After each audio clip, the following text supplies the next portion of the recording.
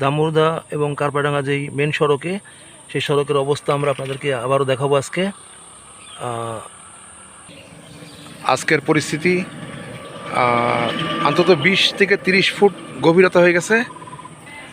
রাস্তার সাইডের বড় গাছ কেটে রোডের মাঝখানে ফেলে রাখা হয়েছে যাতে কোনো গাড়ি চলাচল করতে না পারে। দেখতে পাচ্ছেন রাস্তার পাশ থেকে সম্পূর্ণরূপে বালি মাটি সরে দেখেন কতটা গভীরে পরিণত হয়েছে।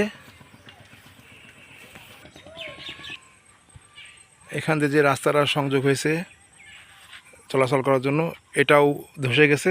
গতকাল পানির যে গতি, সেই গতিতে যে কোনো মুহূর্তে রাস্তা ধসে নিচে পড়ার সম্ভাবনা রয়েছে।